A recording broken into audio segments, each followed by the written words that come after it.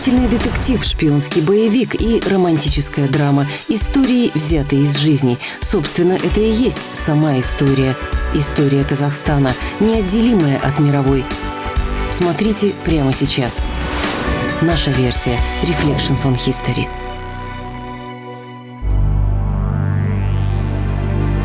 Миров связующая нить.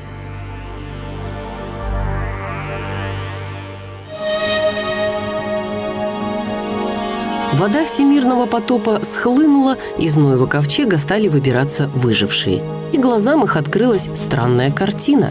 На полу огромного судна лежал ковер. Когда шел вселенский ливень, овечья шерсть падала на палубу, намокала, и за время долгого путешествия овцы перебирали ногами, шерсть утаптывали. Так получился войлок. Одна из легенд. Вот уж сколько лет прошло со времен тех потопных, а технология мало в чем поменялась. Всегда мечтала научиться технике войлоковаляния. Правильно сказала? Угу, правильно. Вместо мыла... Просто как замешать тесто. Руки, вода, огонь. Иногда, чтобы вода теплой была. Вот, собственно, и все, что нужно для воспроизведения, в том числе и сакрального действия. Освоить самый древний способ рукоделия, когда к рукоделию руки никогда не прикладывались. Использование войлока придает этим церемониям особый сакральный смысл. Человек выбирает войлок, а войлок выбирает человека, да. Это точно. Казахский войлок, скажем, начиная с Средневековья, уже он являлся как бы денежным эквивалентом. Глава 1.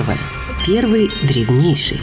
А со стрижкой барана, если начнется это все, это вот должна быть осенняя шерсть сначала, осенняя стрижка, это потому что она важно. Хорошая, да, она мягкая, хорошая будет. Осенняя шерсть, она была более клейкая, и она лучше валялась, и поэтому она была и более прочная, и удобна была для практического использования. Но чтобы баранов остричь, их сначала нужно было одомашнить, примерно 10-12 тысяч лет назад. Правда, войлок валяли и раньше, но удивительное свойство шерсти овцы одомашненной, у нее подшерсток больше и тоньше, ни в какое сравнение не идет с шерстью овцы дикой. Принцип войлоковаляния. Под воздействием воды шерстяные волокна сцепляются друг с другом, являя миру уникальные образцы рукоделия.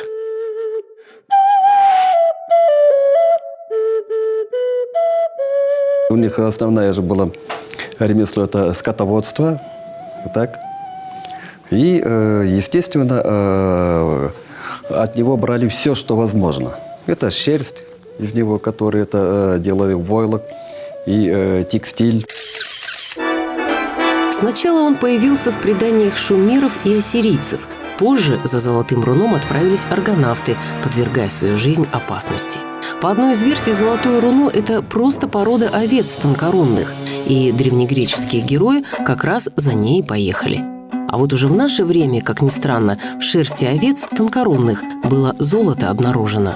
Кстати, именно эти овцы под названием меринос родом из Средней Азии, а в переводе это слово означает «кочующий». Войлок появился вот с появлением кочевого образа жизни. Об этом говорят и археологические материалы. Войлок всегда и везде. Гай Юлий Цезарь к нему тоже руку приложил. По его приказу вывели особую породу овец. Самый известный в античности центр войлоковаляния был в Помпеях. В Древнем Риме кошмоваляльщики назывались фулонами, а ремеслу покровительствовала богиня мудрости – Минерва. Праздники в ее честь как раз на Наурыз приходились.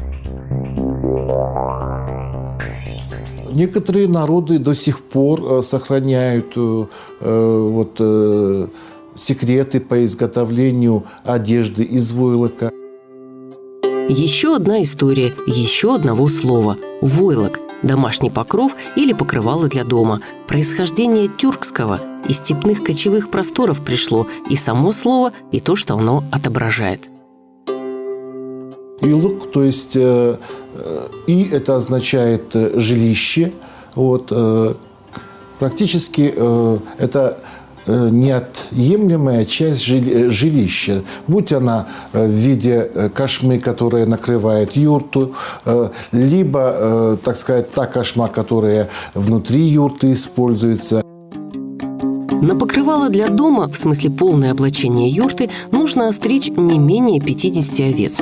Шерсть расстилали, иногда окропляли молоком и произносили ритуальные пожелания, чтобы валялась лучше и служила дольше. Взбивали палками, выкладывали на циновку, сворачивали в рулон, а затем отбивали и ногами, и руками. Больших размеров войлоки, предназначенные для покрытия юрты, накручивались на палку, палку привязывали к стременам коня, и всадник накручивал километры, пока войлок не сваляется. Шерсть собрали с 1000 овец, 100-2 сковали мне колец. Войлок против иния — стена, не страшна и снега пелена. Войлоком утепляли снаружи каркас юрты. Войлоком декорировали внутри интерьер, то есть ими утепляли пол, войлоком украшали стены. Эти уникальные кадры сняты в начале 20-х годов 20 века. Но и в наше время увидеть такую картину можно. Они все аулом собирались, и помню, что все наши невестки, все девочки там были. Обычно на долю девочек выпадала чистка. Далее по войлочной иерархии молодые женщины подготавливали шерсть к дальнейшей процедуре. Самые умудренные опытом дамы брали на себя самую ответственную часть процесса. Они пели какие-то обрядовые песни, связанные с войлоком. Были какие-то шутки, какие-то, скажем, разговоры и так далее. То есть любое коллективное творчество, оно проходило в веселье. Справедливости ради, войлок – это не только овечья шерсть. Для его производства использовались и козья, и верблюжья. В стране Прикаспия верблюдов очень много. Они покрыты прекрасной шерстью, их шерсть очень нежна, так что по мягкости не уступает даже милецкой шерсти. Сделанные из нее платья носят жрецы и самые богатые и знатные из Каспиев. Глава 2. Необходимый, незаменимый. Вот я выбираю желтый цвет, потому что желтый цвет – это цвет солнца. Да. Форма определена, шерсть раздергана, разложена, цвета выбраны. Красный цвет – это символ жизни. Желтый цвет – цвет богатства, цвет солнца. Синий цвет – это коктенгры, цвет неба. Затем зеленый цвет – это цвет природы, растительного мира. Белый цвет – это цвет молока, считался священным цветом. Вообще, самые популярные войлочные в древности – желтый, красный, белый. Основной цвет у них красный. Красный, а затем идет эта аппликация разных цветов. Ювелирно сделанная аппликация в цвете – древнейший войлочный ковер, найден в Пазырыкском кургане, хранится в Эрмитаже. Почти 30 квадратных метров материала, сваленного вручную тысячелетия назад. Свыше 100 овец пришлось остричь, чтобы получить это чудо древних ремесленников. В Пазырыке сохранились и остатки одежды. Особое внимание привлекают 2 войлочных плаща. И там вот чепраки, затем кафтаны, они все датируются V веком до новой эры. Вот они все были изготовлены как раз-таки техникой мозаики, аппликации, вышивки. Один из плащей был длинный и просторный, другой короткий, из тонкого войлока, фетра. Отдельные виды казахской верхней одежды, например, меховые шубы, плащи из войлока, по типу сходны с одеждой из пазырыкских курганов. Сходство прослеживается также в войлочных чулках с узором поверху. У казахов такие чулки называются байпак. Островерхой шапкой из плотного войлока, бытующей у казахов до наших дней. Войлок, оно обычно усадка идет, когда вы валяете его, 40% усадку дает. На 40% уменьшается. Да, уменьшается, да. Значит, вот эти вот, скажем так, валенки, они вообще-то изначально были большие. Кстати, про валенки. Судя по всему, войлочные байпаки, подобные упомянутым в описании Пазырыкского кургана, и были прародителями всех известных валенок. Так что обувь эта тоже из древнейших, тысячелетиями в степи носимая. Официально считается, что первые валенки появились в России во времена Золотой Орды, назывались пимы, и с тех пор войлочная обувь кочевников стала брендом соседнего государства. Войлок был очень незаменим в таком климате, резко-континентальный климат, холода были, поэтому можно сказать, что именно казахский войлок оказал свое, в общем-то, воздействие на традиции именно этого вида искусства народов Алтая, Средней Азии. Немаловажную роль в распространении войлока по миру сыграл и Великий Шелковый путь, особенно в средние века. Глава 3. Особый, мистический. Валянье войлока не терпит суеты, плавность движений, сосредоточенность мысли. Я знаю, почему люди, которые как валяли войлок, они всегда отличались терпеливостью и мягкостью, и даже, я бы сказала, кротостью нрава. Очень трудоемкая. Вот. И с одной стороны он очень успокаивающий. И тело согреет, и душу.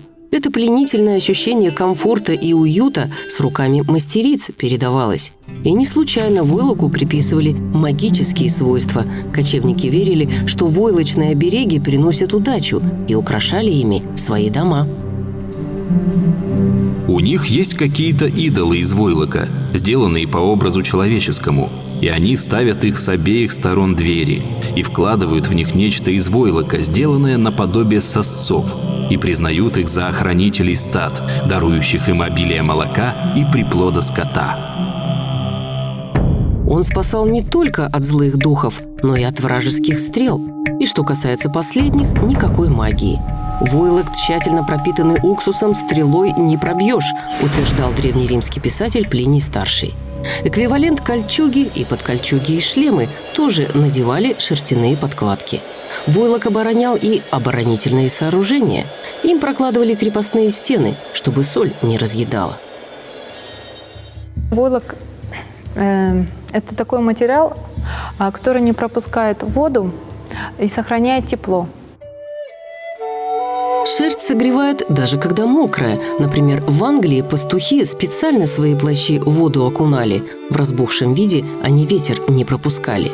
И от непогоды защитит, и от огня убережет. Чтобы потушить его, использовали войлок. Например, когда накрываешь войлоком, то этот пожар можно погасить. Овечья шерсть – материал огнестойкий и даже сейчас используется в производстве огнеупорной спецодежды. Шерсть не горит, тлеет, почти не выделяя тепла. В таком подожженном виде сам дым, который идет от этого войлока, и запах, считается, что он лечебный бывает при некоторых заболеваниях. О войлоке вообще можно сказки рассказывать. В преданиях многих народов упоминается, как недоношенных младенцев в войлок заворачивали. Он теплообмен хорошо поддерживает. К тому же шерсть, благодаря особой структуре, обладает свойством отталкивать грязь и снижает боль. Войлоком даже переломы лечили. В шерсти ланолин содержится, животный воск. Против артритов и ревматизмов всяких – первое лекарство. А еще войлок – это материал царский, точнее ханский, в церемониях использованный. При возведении государя на престол ближайшие важные сановники сажают его на войлок и по солнцу кругом обносят 9 раз. При каждом разе чиновники делают поклонение пред ним. Традиция возводить на белом войлоке ханов была использована в более позднее время, но первоначально использовалось просто оборачивание будущих правителей. Или же место, на котором он должен был садиться, трон, то бишь, покрывали войлоком белым. Тонкая нить времени, прочная, магическая, связующая поколения и пространство. Эпилог.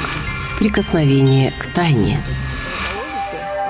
Небольшое погружение в тайны древнего искусства или войлокотерапия в действии. За 2 часа, конечно, всех тонкостей ремесла не постигнешь, но мягким обаянием войлока проникаешься сразу. Его легкостью, теплотой, пластичностью. Войлоку можно придать любую форму. Кошма для юрты, красочный ковер, валенки-байпаки, саукеле или обычный цветок. Цветок-то, когда он цветет, когда ему все хорошо. В общем, это символ благополучия. Да, благополучия и счастья. Символ Символ благополучия, созданный своими руками. Это как прикоснуться к самой истории.